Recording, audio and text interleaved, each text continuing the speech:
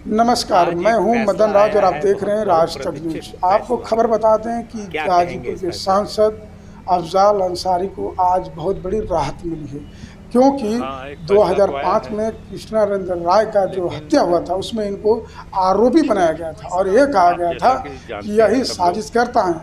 बता दें कि यह बात खुद हाँ, अफजाल अंसारी इंटरव्यू में कह रहे हैं।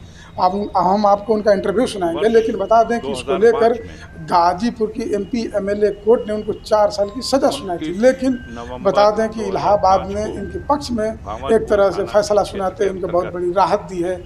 और लोग ये भी कयास लगा रहे थे कि अगर ये माननीय सजा स्वर्गीय विधायक सजा बरकरार कृष्णानंद राय की रहेगी जो हत्या की 4 साल घटना की, हुई जो थी, गाजीपुर की एमपी हत्याकांड की, एमएलए कोर्ट ने दिया है, तो देख एक तरह से उस गाजीपुर घटना के में सांसद की संसदीय चली जाएगी और यहाँ पर उपचुनाव होगा। हमें कुछ लोग ये भी कह रहे थे साजिशकर्ता कि की भाजपा संज्ञा इसी देकर कयास में थी, आरोपित नज़र किया गया। लगाई हुई थी कि गाजीपुर में उपचुनाव होगा और हम दोबारा बाजी पलट देंगे, क्योंकि इस गाजीपुर में अफजाल अंसारी मुकदमे और की भाजपा के विवेचना पुलिस पारसनाथ ने राय की, के मुकाबला हुआ था और जहाँ उनको हार का चार्जशीट सामना भी दी। करना पड़ा था। यानी एक तरह से कहा जाए इसी तो मध्य 2019 और 2024 पीड़ित पक्ष लगातार की 2 बार याचिका पर माननीय सांसद उच्च चुने गए। उसके न्यायालय पहले भी अफजाल अंसारी सांसद बन चुके हैं, मामले की लेकिन इस अग्रिम बार सपा विवेचना पर सवार थे अफजाल सीबीसीआईडी को अंसारी। सौंप लेकिन दी। बता दें कि उनको बहुत बड़ी राहत मिली है और सीबीसीआईडी ने एमपी इसकी एमएलए का विवेचना की जो फैसला था वह और एक तरह से कहा सीबीसीआईडी जाए की चार्जशीट तो आने हाई के कोर्ट ने बाद पलट दिया है और इनकी पीड़ित संसदीय पक्ष की याचिका बरकरार पर रहेगी। माननीय और सर्वोच्च इनके न्यायालय के जितने आदेश भी से चाहने वाले लोग हैं इस मुकदमे का सोशल मीडिया विचारण पर काफ़ी पोस्ट कर रहे हैं गाजीपुर इनके उत्तर पक्ष में प्रदेश से अफजाल ट्रांसफर अंसारी की। तो करके आइए हम आपको अफजाल अंसारी देश का की राजधानी इंटरव्यू दिल्ली सुनाते हैं, भेजे उसमें क्या कुछ कर रहे हैं और आपकी क्या और राय दिल्ली कमेंट बॉक्स में में जरूर लिखिए। स्पेशल कोर्ट सीबीआई की जो एमपी एमएलए कोर्ट है उसके कोर्ट में इस मामले का विचारण हुआ और 3 जुलाई सन 2019 को ट्रायल कोर्ट ने, विचारण न्यायालय ने सभी आरोपियों को दोषमुक्त कर दिया। ये वो कहानी है जिस कहानी के पीछे लगातार देश की मीडिया और कुछ राजनेता इसको बार बार अफजाल अंसारी की भूमिका और उसमें इस सवाल उठाते रहे। दुर्भाग्यपूर्ण परिस्थितियां ये बनी कि उसी मुकदमे को आधार बनाकर वर्ष 2007 में मोहम्मदाबाद थाने पर बनाम अफजाल अंसारी एक यूपी गैंगस्टर एक्ट का मुकदमा 3/1 धारा 3 कोष्ट में 1 ये मुकदमा पंजीकृत किया गया। मुकदमे के जो चार्ट है, क्राइम चार्ट, उसमें एक मुकदमा वही 589/2005 थाना भामरकुल जो पंजीकृत था उसी मुकदमे को आधार बनाया गया। अब इस मुकदमे का भी विचारण होता रहा, टलता रहा और अंतोगत्वा गाजीपुर की ट्रायल कोर्ट ने 29 अप्रैल 2023 को, याद रखिएगा वो तिथि 29 अप्रैल, हमारे गाजीपुर के मीडिया के लोग तुक में तुक खूब मिलाते हैं कि 29 अप्रैल कभी अफजाल अंसारी को सह नहीं सकता। आज भी 29 अप्रैल है, 29 तारीख आज भी 29 तारीख है जुलाई। तब अप्रैल का महीना था जब हमारे न्यायालय से 4 वर्ष के साधारण कारावास और 1 लाख रुपए के अर्थदंड से दंडित करने का दंडादेश पारित किया गया। मैं जेल गया। माननीय उच्च न्यायालय इलाहाबाद में याचिका दाखिल की, अपील दाखिल की। गाजीपुर के सेशन कोर्ट के स्पेशल एमपी एमएलए कोर्ट के फैसले के खिलाफ इस अपील में ये अपील हमारी सुनी जाए। इस फैसले में ये दोष है। माननीय उच्च न्यायालय ने प्रथम दृष्टया उसे सुनवाई के लिए स्वीकार तो किया, मुझे जमानत भी दे दी, लेकिन सजा का जो आदेश था उसे निलंबित नहीं किया। परिणाम स्वरूप मेरी सदस्यता जो निलंबित कर दी गई थी वो बहाल नहीं हो सकी। मुझे इसके लिए सुप्रीम कोर्ट जाना पड़ा। माननीय सर्वोच्च न्यायालय ने सुनवाई के बाद जो गाजीपुर के एमपी एमएलए कोर्ट से 4 वर्ष की सजा का दंडादेश पारित हुआ था, उस आदेश को निलंबित कर दिया और कुछ शर्तें लगा दी। उन शर्तों का पालन किया गया, जैसे आप सदन की कार्रवाई में भाग लेकर मतदान नहीं कर सकते, कोई भत्ता नहीं ले सकते, तनख्वाह या कोई मौद्रिक लाभ नहीं लेंगे। और ये भी कह दिया कि गाजीपुर में जो अपील पेंडिंग है, अरे इलाहाबाद हाईकोर्ट में जो अपील पेंडिंग है, उस अपील का निस्तारण 30 जून तक कर दिया जाए, करने की कोशिश की जाए। यह आदेश माननीय उच्च न्यायालय के लिए था। अब माननीय सर्वोच्च न्यायालय के इस आदेश के क्रम में लोकसभा से अधिसूचना जारी हुई, सांसद का पद बहाल हुआ, चुनाव लड़ने की अयोग्यता समाप्त हुई और उसके बाद फिर चुनाव आ गया। माननीय सर्वोच्च न्यायालय ने अपने आदेश में यह भी लिखा था कि आप चुनाव लड़ सकते हैं, लेकिन अगर आप चुनाव जीत जाएंगे तो वो निर्भर करेगा जो आपकी अपील का फैसला आएगा उसके ऊपर। अब चुनाव हुआ, पूरे चुनाव गाजीपुर की जनता को, गाजीपुर के मतदाताओं को इस बात से भरमाया गया, डराया गया और भटकाने का प्रयास किया गया कि अफजाल अंसारी का तो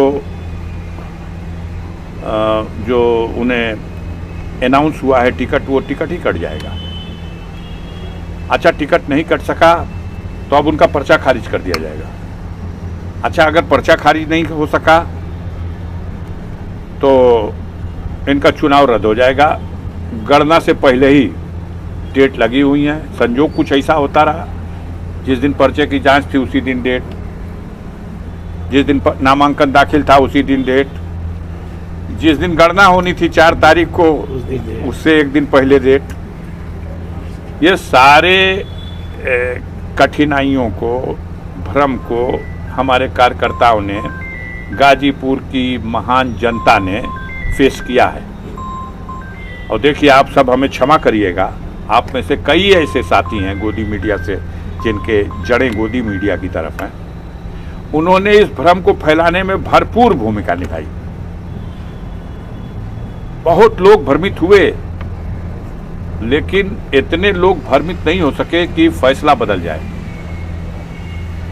उनके वोट दे के क्या हुई, उनका चुनाव रद्द हो जी। अच्छा, जीतू जी हाँ तो सजा हो जी।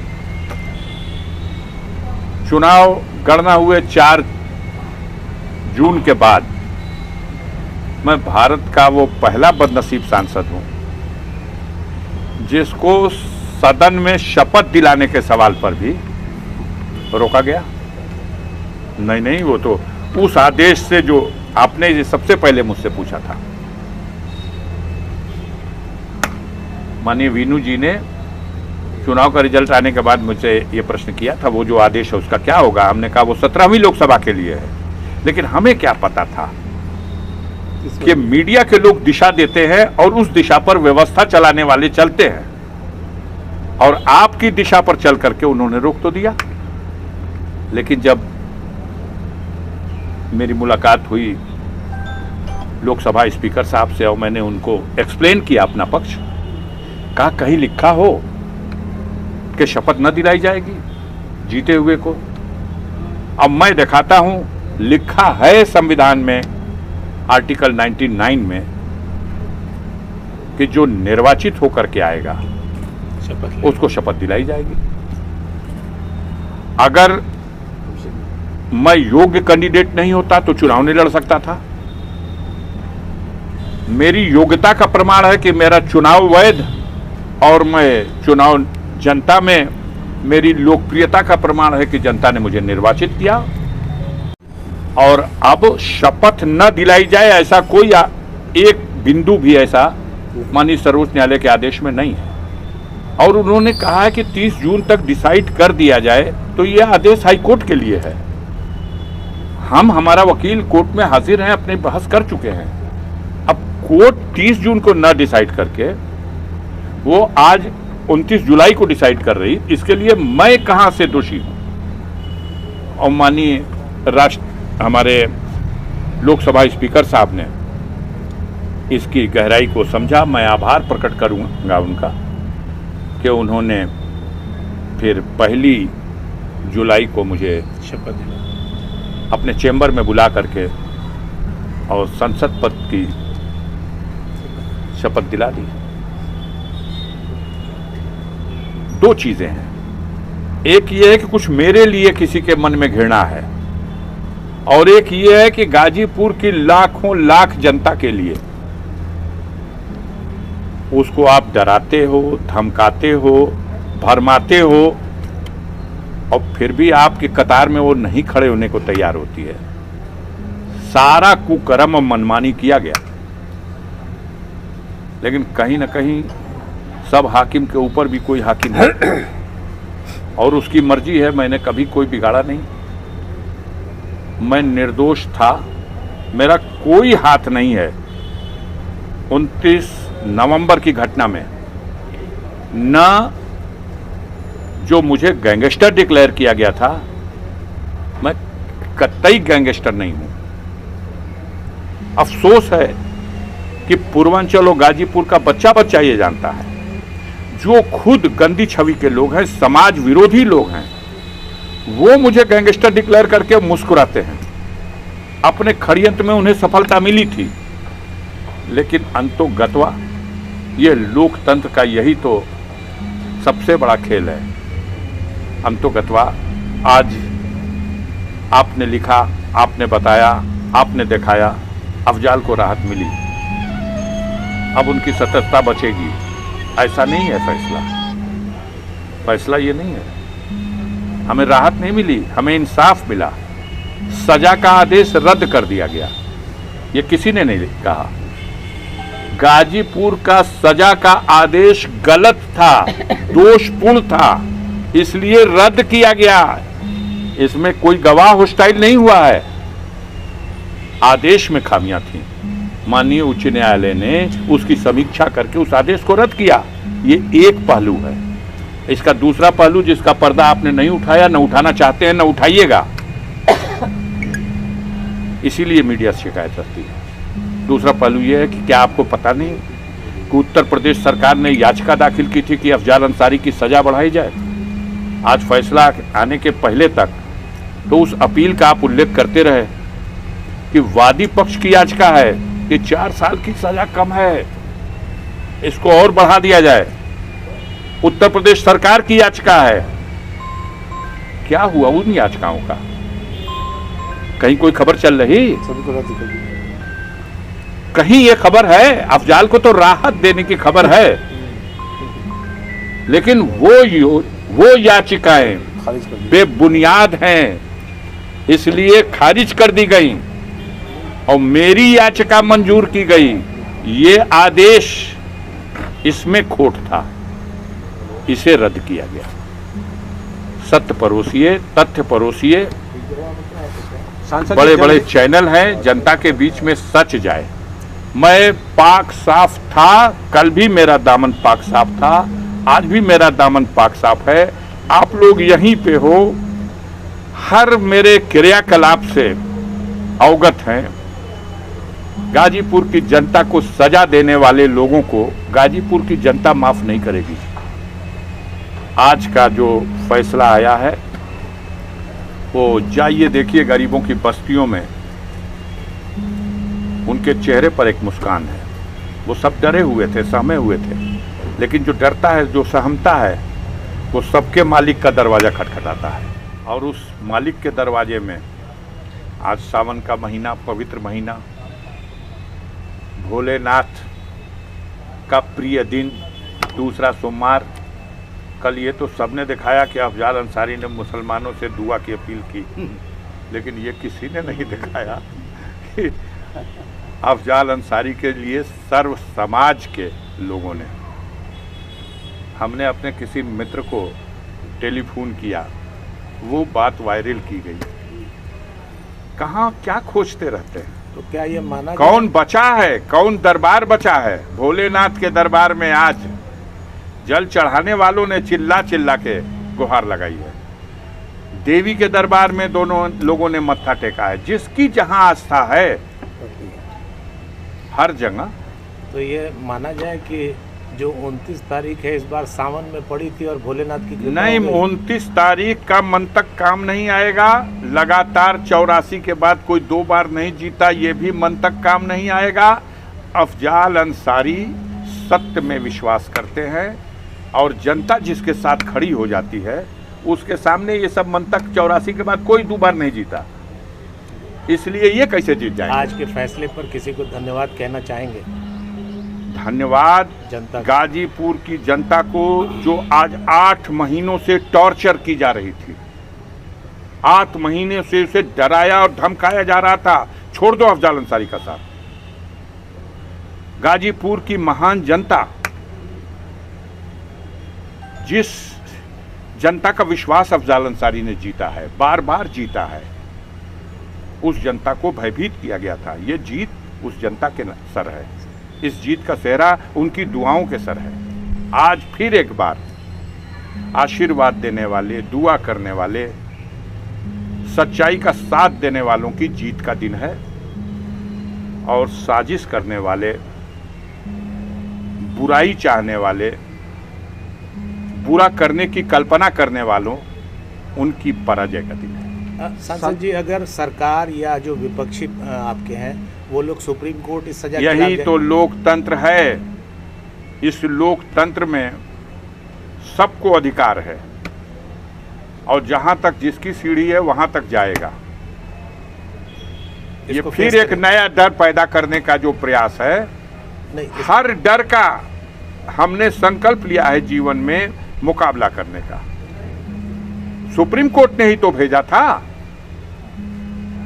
हाई कोर्ट ने कहा सजा को सस्पेंड किया था।